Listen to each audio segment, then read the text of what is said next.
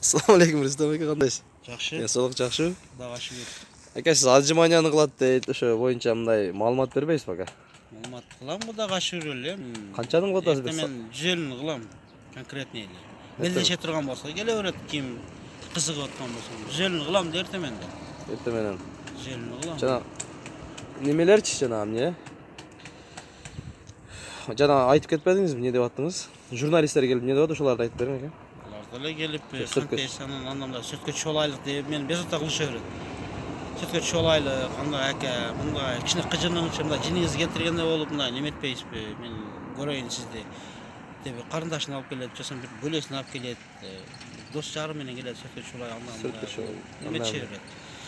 Ошо эле мен так бирөө менен урушпайм деле, же бирөөгө күчүм көрсөтпөйм деле, ошо.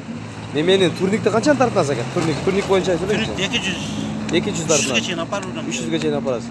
Күннө же саатына же кандай? Күнүнө. Gününe.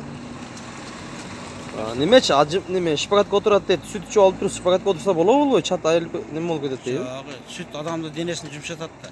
Ошондо отуруш керек сөзсүз. Отуруш керек ошондо. Мен мисалы үчүн ажымания кылып, тердеп неме кылымдан отурам шпагатка. 2 saat шпагатка отуруп тура берем да.